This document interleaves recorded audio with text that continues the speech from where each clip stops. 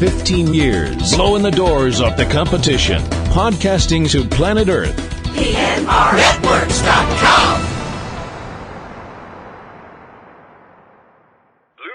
This podcast is a member of the Blueberry Network. Blueberry. No E's. That's Blueberry, BLUBRRY.com. Blueberry.com. This podcast is a proud member of the Lamb Podcasting Network. Find the network at largeassmovieblogs.com.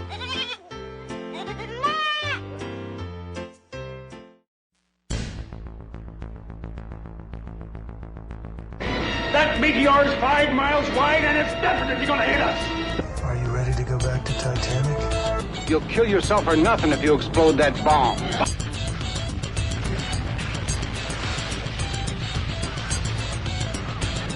Something hit us! All the flight crew is either dead or badly injured. Oh my God, help us! Last summer, 2 comets were discovered that are on a collision course with Earth. Oh my God.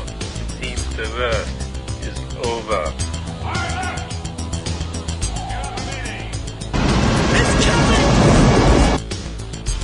You've just been sucked into the Catastrophe Vortex with T.C. Kirkham.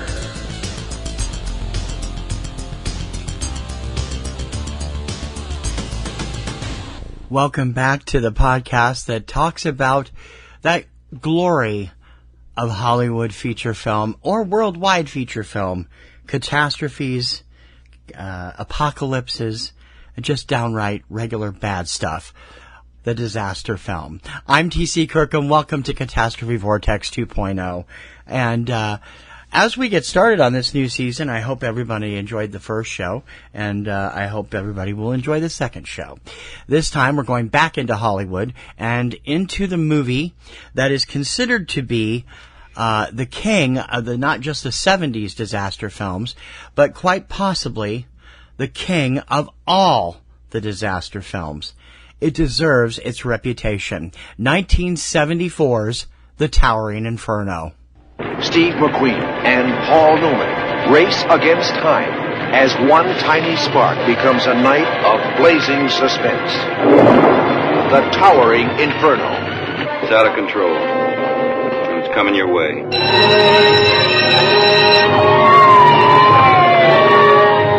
Warner Brothers and 20th Century Fox present Irwin Allen's production of... The Towering Inferno definitely gave us what is known as an all-star cast. There were haggles about top billing. There were final appearances by an actress and another one who had been in movies forever that got an Academy Award nomination for this after decades and decades of Hollywood service. The Towering Inferno was the first ever major co-production between 2 film studios. What happened, there were 2 competing books in the early 70s that dealt with fire in a large skyscraper.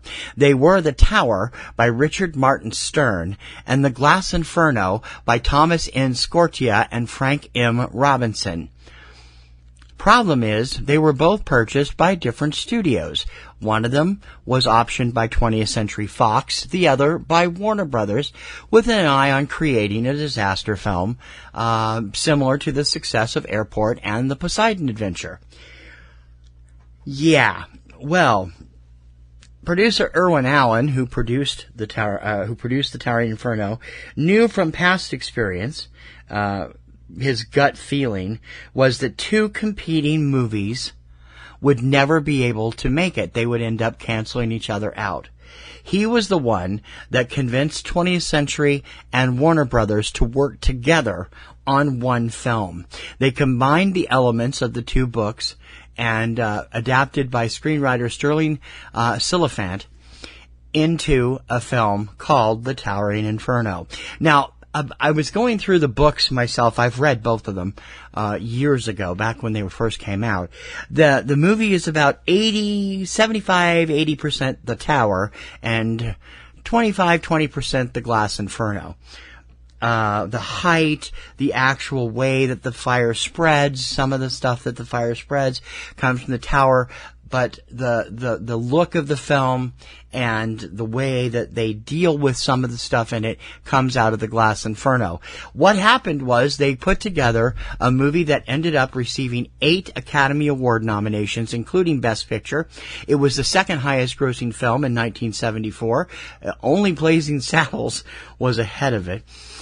And it couldn't be beaten because you had an all-star cast, a true all-star cast, and a cast of up-and-comers. The all-stars were right at the top, Steve McQueen and Paul Newman. They both wanted top billing. They split it up by doing them diagonally, so if you read up to down, Newman got first billing. If you read left to right, McQueen got first billing. There was also William Holden, Faye Dunaway, Fred Astaire, Susan Blakely, Richard Chamberlain, O.J. Simpson in his, I believe, his first film role, Robert Vaughn, Robert Wagner, Susan Flannery, Gregory Sierra, Dabney Coleman, and in her final performance, actress Jennifer Jones. It all combined using the airport feel of different stories in different places throughout the story that all come together at the final moment for something big. So let's get over the plot line of the movie. Architect Doug Roberts has designed the Glass Tower. It is the world's tallest building, 138 stories tall, standing 1,688 feet tall. That's approximately 20 stories taller than the World Trade Center was at the time, and it had been just opened in the last couple of years. It was huge. It is in downtown San Francisco, and he has come in for the grand opening of the building. During testing of the system that runs the building's lights, there's an electrical short, and it starts an undetected fire on the 81st floor. During these tests, nobody knows what's going on. Nobody sees it happening until it's too late, and it is the catalyst for the blaze that follows. Robert suspects that Roger Simmons, who is the electrical subcontractor and the son-in-law of the building's owner, James Duncan, probably cut corners as he had a history of doing that. Roberts goes to confront him. He feigns innocence, of course, but, it kind of comes across as, well, maybe I did, maybe I didn't. It was a very confrontational scene, shall we say? Now, one of my biggest questions about this film and this particular plot point, if you are building the world's glass tower, the tallest skyscraper in the world, why would you do it in the middle of a big earthquake zone? San Francisco sits on the San Andreas Fault. Okay, they didn't even address that in this movie. I think they should have. Because I'm sorry, I wouldn't want to be on the 133rd floor, as it's just a random number, if they got an 8.0 earthquake, because I would feel damn unsafe. Anyway, all kinds of different things are going on. There's the dedication ceremony. The chief of public relations, Dan Bigelow, orders all the lights in the tower turned on briefly before Robert shuts them down. He wants to reduce the load on the electrical system. Sorry about that. Because he saw the overload earlier, but he was unaware of the fire. It is as they're prepping for the big party that everybody is coming to celebrate the opening of the building, that they first detect smoke on the 81st floor, and the San Francisco Fire Department is summoned. Roberts goes to check out the reports of the fire with one of his engineers, Will Giddings. They go to the 81st floor, and Giddings is fatally burned, pushing a guard away from the fire when the guard opens the door and a flashover occurs. Roberts reports the fire to Duncan, who is entertaining people in the upper floor promenade deck, I believe it's called. Particularly Senator Gary Parker. He wants to get some help from Congress on an urban renewal project for it, and at this time he thinks that things will be under control and does not order an evacuation as yet, but tells Roberts to keep him informed and also to get up to the party. I mean, after all, he helped design the building. In the meantime, San Francisco Fire Chief Michael O'Halloran is in charge of this building. They knew they were going to have problems with buildings like this eventually. He arrives and forces Duncan to evacuate some of the guests from the promenade room on the 135th floor. This is the time where Simmons admits to his father-in-law that he did indeed cut corners, doing so to bring the project back under budget, and suggests that other subcontractors for other parts of the building probably did otherwise, or likewise, rather. This is not a good thing. You have a 135-story building, 138-story building, and you cut corners. Who knows what could happen? They go and start doing evacuations on the various floors of the buildings, because the building is a mixed use, what we call now a multi-use building. It has businesses in it. It has offices. It has apartments. And a number of tenants are checked on. One of those tenants is a lady who is deaf. She's a mother of 2 kids, and they have gone back to their apartment after meeting up with their friend Lissalette Mueller. She's there as a guest for these people, and she's also been invited to the party, but she knew these people from before. She goes down to check on them and finds everything has gone up in flames on that floor, manages to get the mom and her children out of the the security chief, Jerrigan, rescues the mother, and Doug and Jerrigan cannot reach the kids. They have to go through fire to get them and finally drag them out of the room. The fire is now spreading through the middle portion of the building. In the meantime, in the public relations office, Mr. Bigelow and his secretary or mistress, Lori, are trying to deal with things, and they don't realize that the fire is coming close to where they are. They've already been made aware of it. They end up being trapped and not being able to get out. Lori and Bigelow do not make it very fast past that point. At this point, Roberts has checked the express elevators, which are now also catching on fire.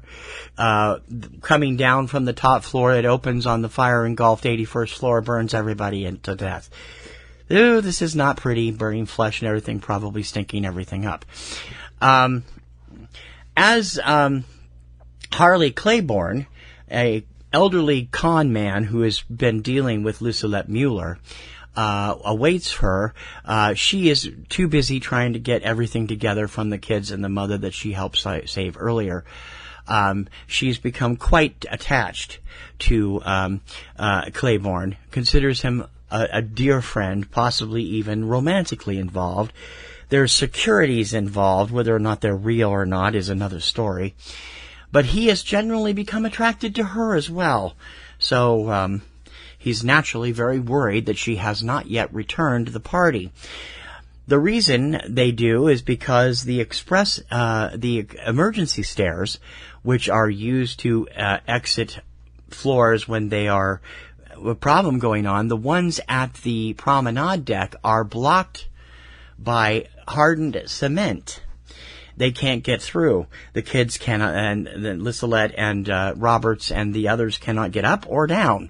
So Roberts ends up, Roberts or O'Halloran ends up rappelling down the elevator shaft to get to the next floor, trying to help figure out how to get all this under control.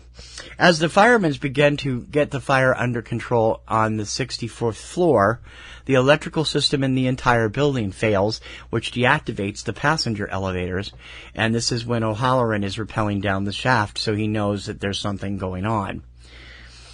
Eventually, of course, news crews arrive outside. They start flying around the building, and they get the idea, maybe we can rescue the people that are trapped in the promenade room for this big party with helicopters. But an attempt at a rescue actually falls far short when high winds at that height, 138 stories, 135 stories for that particular floor, cause problems with the helicopter. It veers off and crashes and sets another fire, this time on the roof.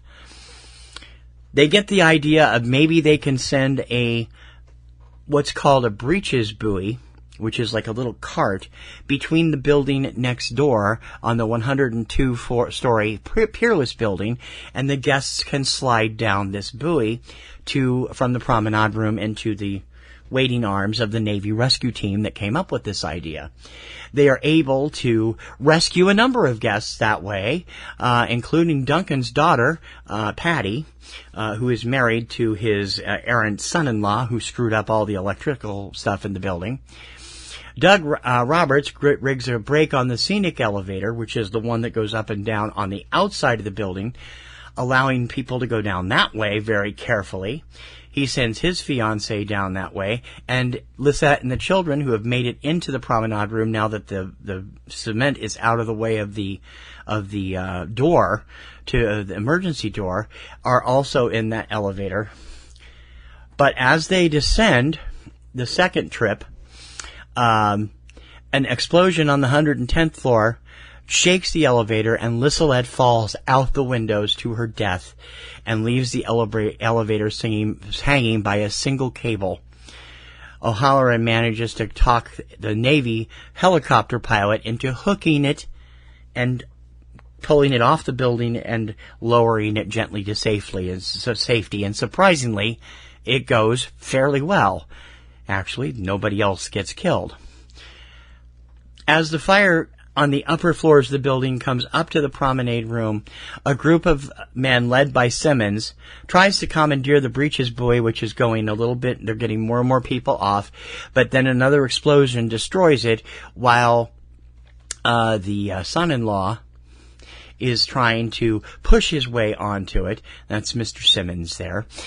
He falls to his death and leaves no more way to get across from building to building.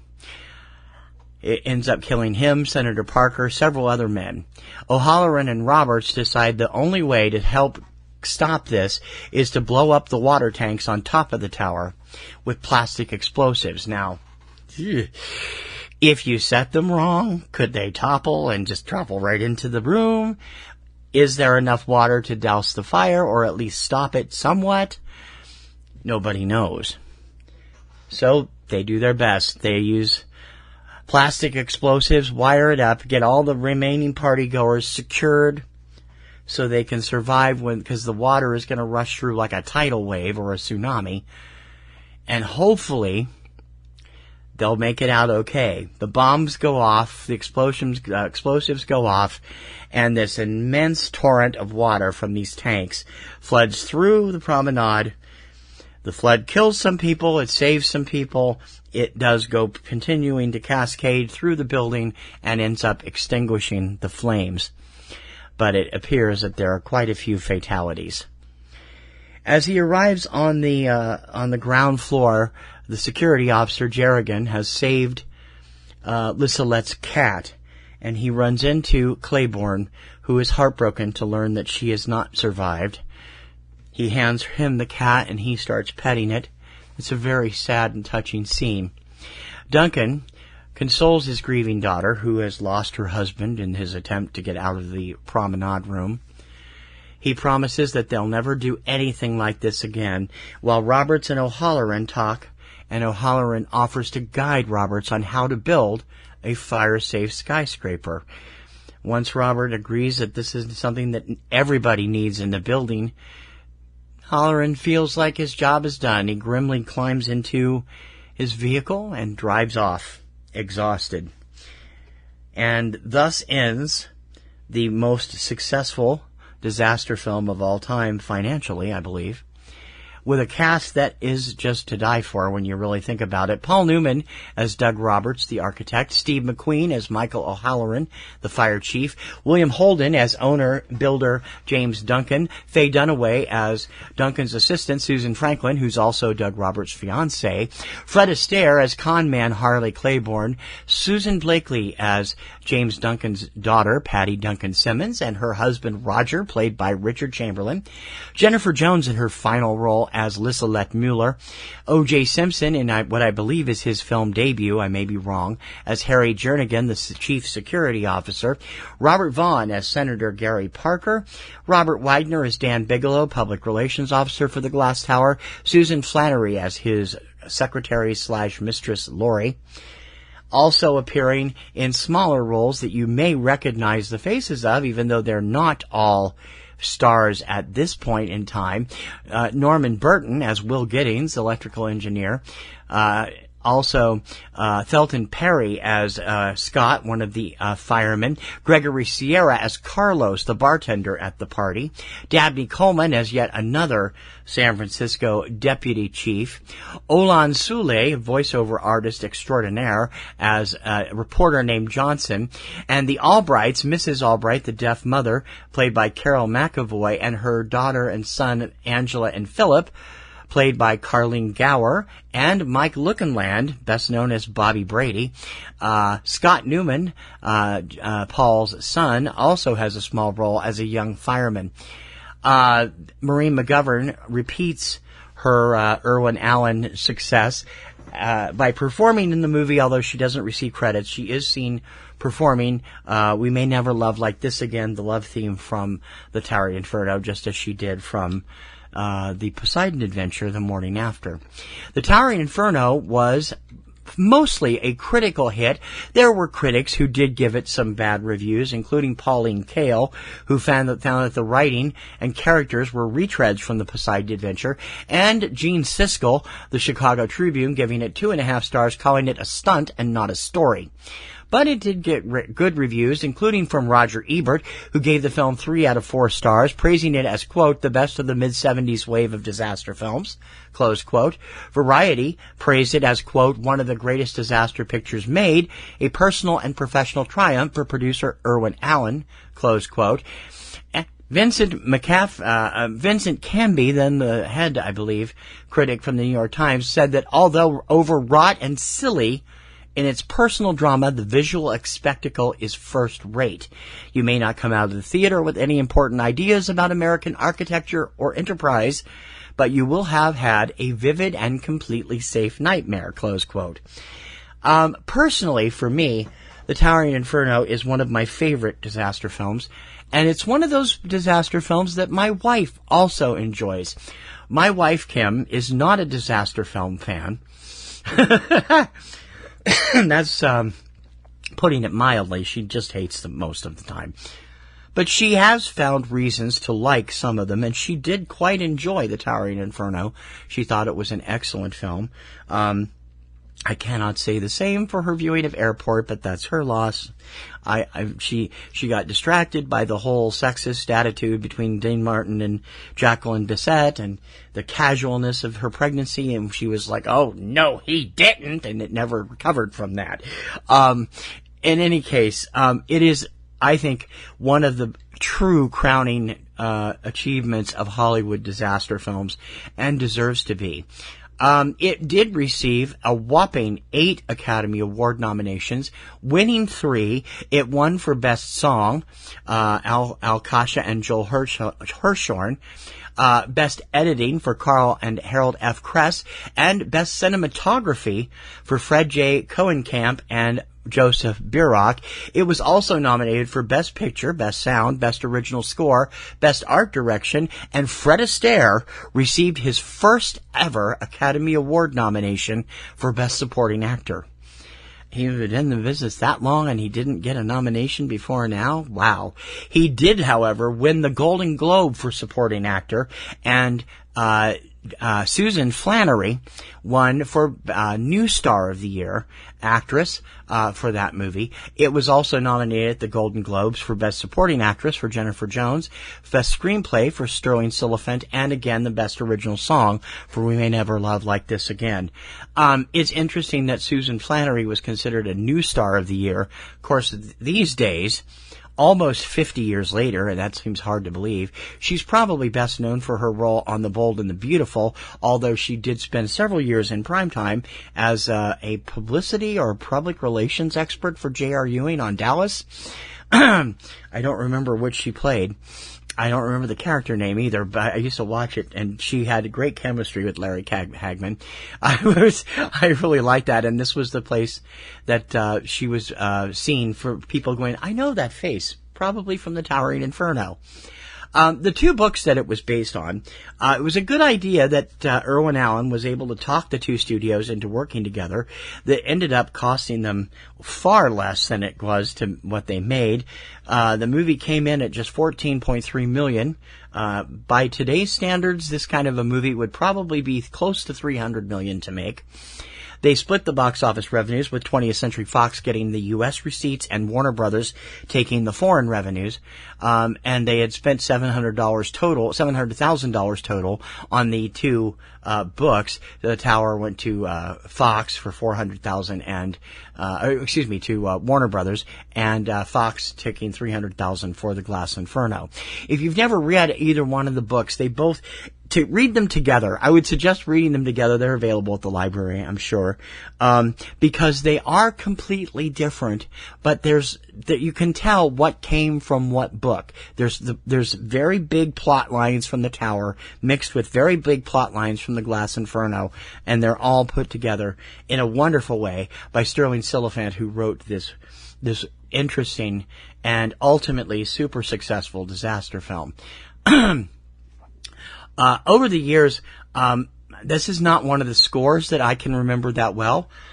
Excuse me. But John Williams, this was one of his earliest scores, and I need to go back and listen to it, actually, because I've only heard it within the movie. I've never listened to just the score album. I have the scores for a lot of these, but I don't have this one. And I would be interested to hear it now. Some people say it sounds like some of his other movies at the time, like some of the cues came out of Cinderella Liberty, which he also did earlier that year. I don't know how close that is. It's something that I'm sure would be quite debatable. There is a near complete release out of the entire score from Film Score Monthly. They're sort of hard to get a hold of sometimes. And a lot of the cues also may have come from Earthquake, which he also did that year. He was a very busy guy in 73, 74. The Towering Inferno was the big Christmas release that year, coming in December 14th, 1974. And as I said, it ended up as the second highest grossing film. If it had come out 2 weeks earlier, it probably would have been the highest grossing film, because it was only beat by Blazing Saddles by something like $3 million or $4 million. $3.2 million more. At the time, that was a lot. Now, that's one day of a weekend.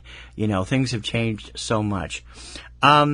In the aftermath of the Towering Inferno, it did scare a lot of big buildings to take a look at things, and we ended up seeing a real-life inferno of sorts. I believe it was in Brazil, not long after the film came out. And thankfully, nobody has had it in their mind to try and remake this film. There are films that are ripe for remakes. This is not one of them. It was well done the first time. It doesn't need a second time. And I would watch it if they did it. I'm a disaster buff. I would watch it if they did it. But I honestly really don't see the point. I don't see the point in trying to remake anything that is considered a classic, and this is the quintessential 70s disaster film. Interesting note, and this is a totally apocryphal story. The song Disco Inferno, which became a huge hit thanks to the Saturday Night Fever soundtrack in 1977, was said to have been inspired by a scene from the Towering Inferno, where apparently a discotheque in the building went up in flames, and it became an inspiration for the writers. The song was written by Leroy Green and Ron Have Mercy Kersey, and it was never been proven. I personally don't remember a scene with a disco catching on fire, but I watched it very closely the last time I watched it about a year ago, when I was first gearing up for coming back with the show, and this is the first time my wife saw it. I don't remember seeing a discotheque in the building catching fire, but it could have happened. And it may have just been the fact that the movie was so huge in 74 and 75 that at that point, disco was just starting to move into the popular culture. So it very well could have become a bigger hit. It was originally released in 1976, but didn't become a big hit until Saturday Night Fever a year and a half later. So that would explain possibly where they got it. I find it interesting, and if anybody knows of the disco in the movie where a disco gets burned up, I would love to hear from you on it, and also about your memories of the Towering Inferno. Write to me at cv@pnrnetworks.com, or my regular address, subjectcinema@pnrnetworks.com. I'd love to know what other disaster films you'd like to see on the show, as well as your opinion on what you think of what I consider the top-of-the-line 1970s disaster film, The Towering Inferno. Time to head on out after this one. We have plenty more disaster films where that comes from. I hope that you enjoy this show. I hope you'll pass it on to other people. And if you do enjoy it, I hope you'll join our Patron Circle. $5 a month gets you some extra stuff and helps us pay for all the stuff we're doing. Like missing last week because I'm in the midst of redoing my studio, and I have still not finished. I didn't get the new desk in yet, so it's still delayed. But yeah, $5 a month is all it is, and we ask for your support. You can go over to patreon.com/PNRNetworks and let us know you love the show by contributing $5 a month. That's the cost of one single large latte in most places. You can skip one latte for one day and send us that money and help us keep afloat. We'd really appreciate it. We have all kinds of other great shows on the PNR Networks show line as well. In addition to our current substitute for Subject Cinema is a show called Subject Cinema Presents Captive Audience Theater, hosted by yours truly and my lovely wife, Kim Brown. We are bringing the worst of the worst and the best of the worst to everybody in short, less than a half-hour segments, 2 or 3 times a week. We actually did a couple of disaster movies on there that we'd already done before, Avalanche and Meteor. Actually, Meteor hasn't been released. It'll be coming up later this week. Movies that she's seen and laughed at, basically. And we'll have more. We've got all kinds of bad movies showing up there. That's on our normal feed at subjectcinema.com. You can also catch my weekly updates on the new releases. Right now, only Tuesday Digidex is being run. That's the home video releases. I did an updated 3-minute weekend a couple Fridays ago, and we'll do another one as soon as the Friday big screen releases continue to ramp up again. Those are normally on every week for video on Tuesday and theaters on Friday also at ecinema1.com, our main website. You can catch Kim's great shows, Ring Around the Rosie, her wrestling podcast, Platinum Rose's Garden, her Supernatural TV series podcast, and Platinum Rose Roleplay over on YouTube. You can get to all those shows, all those great stuff, and you can see all kinds of different stuff we do with movies, music, games, and all kinds of crazy stuff at PNRNetworks.com. You can get a complete look at all the different shows we do and all the different sites we write on. I just got done covering Eurovision for my music site, the KirkhamReport.com, and I hope that you'll check it out as well.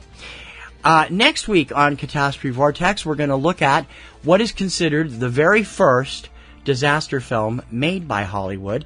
I have to be honest, I had never seen it until about 2 years ago when it came out on Blu-ray, and I bought it to check it out. And it, to me, is not really a disaster film. It's a post-apocalypse film.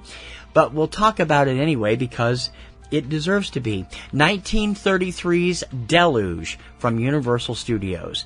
Until next time, I hope all your disasters are just simple ones and nothing terribly earth-shaking. And until then, I'm T.C. Kirkham. We'll see you then on Catastrophe Vortex 2.0. Bye-bye.